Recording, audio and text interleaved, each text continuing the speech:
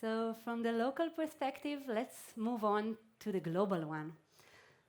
I still cannot believe that the next speaker actually agreed to come to Israel and to speak in this event. I'm so honored to invite Chris Quilty, CEO of Quilty Space, to the stage. I'm sure most of you know him from the report of the Space Foundation and so many other stuff. Thank you so much, Chris. Thank you. I'm going to start off by thanking Kim Burke, my Director of Government Affairs, who sent this deck to me. Excuse me. If we can jump to the next slide. Sent this to me as I was on the plane, so I didn't have the chance to go ahead and QA it. And next slide. Oh, I get to do it. You put me in charge of something. That's dangerous. So anyway, she dug up this 1990s picture of me from back in my days when I was at Raymond James as a stock analyst, though it's actually kind of apt because back post 9/11, I was covering the defense sector, and I had found this company, EDO Corporation, which had figured out how to take a artillery jamming system and turn it into a bomb jammer, and they were my #1 stock pick, and lo and behold, I was the #1 Wall Street defense analyst, right?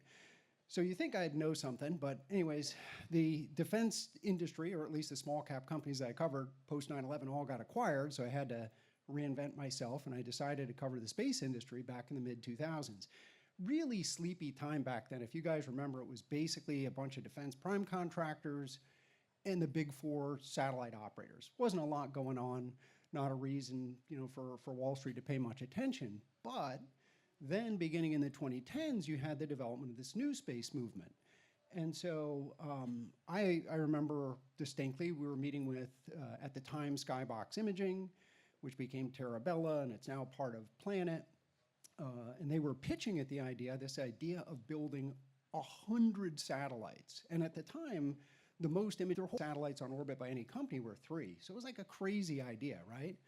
But their whole pitch was, cost of launch is going down, imagery is going to get really cheap, we've got the internet and broadband to move stuff, and we can do computing. And basically these satellites on orbit, like, forget about them, it's really about this data as a service, and we're going to build huge valuation around selling the data and the analytics around it.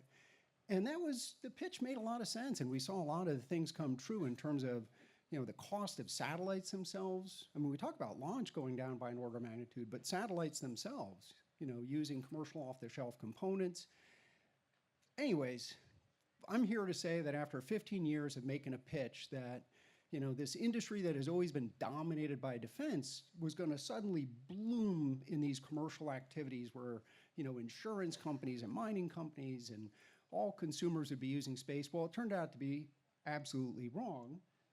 Because, as it, lo and behold, what ended up happening was, in fact, the commercial industry did not grow. And I'm just, as an example here, if you look at Planet or Planet Labs, which is really one of the more aggressive companies pushing this commercial growth theory, 10 of the last 11 quarters, their commercial revenues have declined. And in fact, where they found themselves pivoting is back to the defense market. And you ask yourself, like, why is that? And I should note, all these slides, don't bother taking pictures, happy to share them. What really happened was the defense industry, and the reason why, in large part, was Ukraine, right? That was the thing that really kind of tilted the government procurement system. And we had before that things in the US like the Space Development Agency. But if Ukraine didn't do it, Trump did. And the Trump foreign policy of pushing the United States and pushing allies has created this massive demand for sovereign capability. Now, what we saw in Ukraine, if you remember the sort of iconic pictures in the early days, these were commercial companies like Black Sky and Maxar and others that had captured the imagery of the Russian forces building. You've also seen the military say we need to lean in for things like SAR technology, PNT, missile warning, space. At this point, we've decided that the traditional methods of using prime contractors and cost-plus type programs simply can't meet the speed at which the technology is developing. And what we've found is really starting in 2025, this trend towards sovereignty has really kicked off in a serious way. If you look at Canada, they just committed to $100 billion over 5 years. Germany, which was spending probably less than $200 million a year on their military space programs, has committed to spending 7 billion euros a year on their space.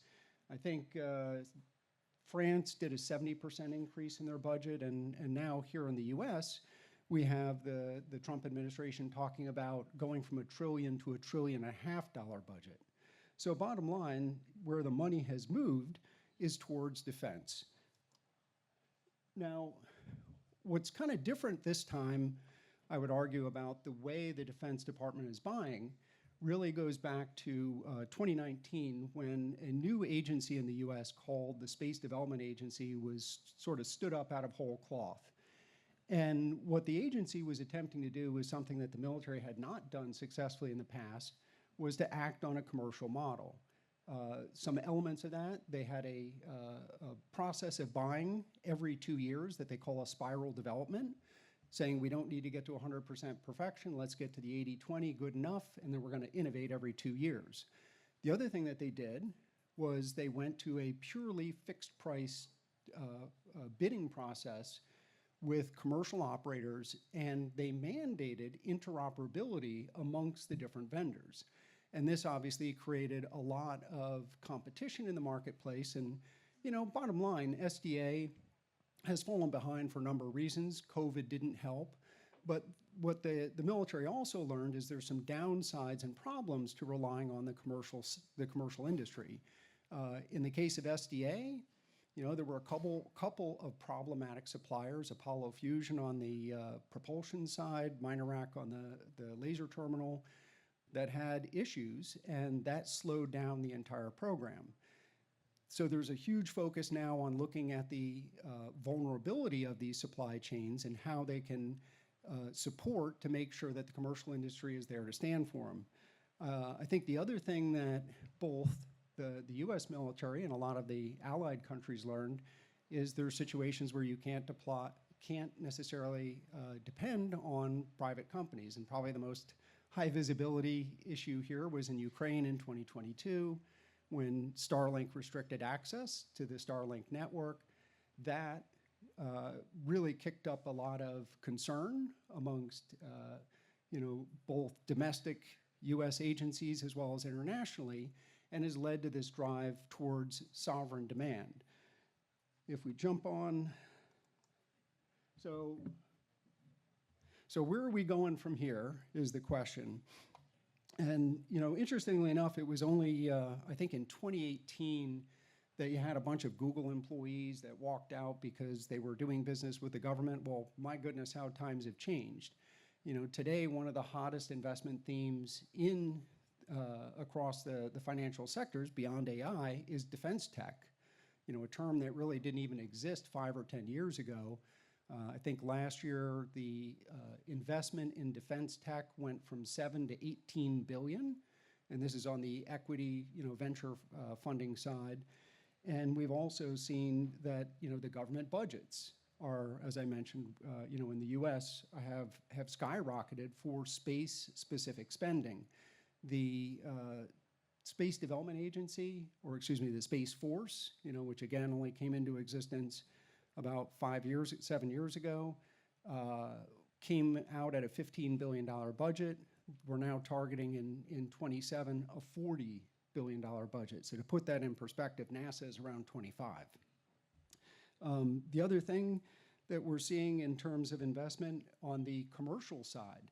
So actually, when I came here last year to speak at the Elon Ramon conference, I said I've been in this industry for 25, 30 years following, the space industry.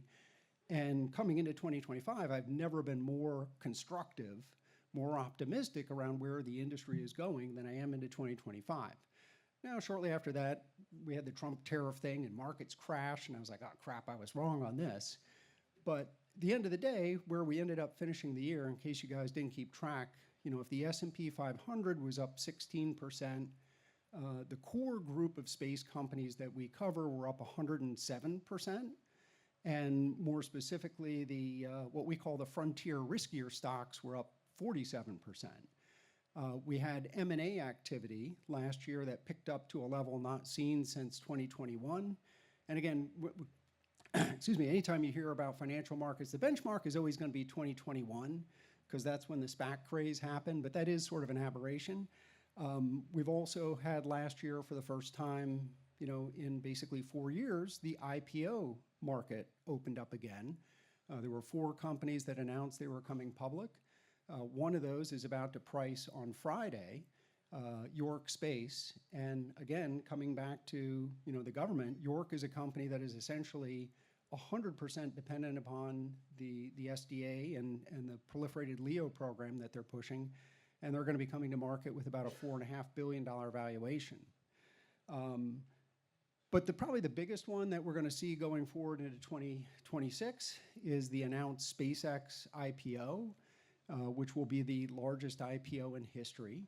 And I would suspect on the back of that, you will likely see a half dozen to a dozen other companies coming public and riding the wave of investor investment. Specific to the space industry, it is interesting to note that venture capital is actually a relatively new mechanism for funding in this industry. Traditionally, you were dependent entirely on the government. The real breakpoint year was 2015. That was the year that both SpaceX and OneWeb announced that they were going to begin building these LEO constellations. In the decade prior to 2015, the amount of venture investment coming into the space industry was less than $150 million and less than 10 companies globally on an annual basis. In 2026, we just saw $6 billion of investment across, I think it was 140 transactions this year or last year. And it is that venture funding that has created a lot of the growth in the ecosystem. So we track both on the public and private side where the future space is going, if we're focusing on defense today, is what will follow that is, we believe, a cislunar economy, and a good portion of that being driven by large defense programs like Golden Dome. Golden Dome came out as obviously a big surprise to everyone last year, likely to cost hundreds of billions over time. But as that infrastructure goes up, it will pull along the need for that cislunar economy that you hear Jeff Bezos and Elon Musk talking about, of all the things in space, from orbital refueling to space situational awareness, in-space manufacturing, to support these sort of large government programs. And if my bet on the commercialization of the industry proved wrong, for 55 years, I was betting that was the direction we're going. I think in the next 3 to 5 years, this is an industry that's again going to be heavily dependent upon the defense. But as we look out over the horizon there, I do think there is an economy that's on the future. And I know there's several companies here that are either pitching towards or developing business models in that area, and we're excited to see that future develop. And do I have time for questions? And I should note, I started out by mentioning Planet Labs and the fact that their commercial business has been down poorly. But to put in context, their commercial business is around $50 million a year. And in the last 6 months, they've won over $600 million of sovereign government programs. So to put an exclamation point on where the demand is coming from. Thank you so much, Chris. Very good. Thank you.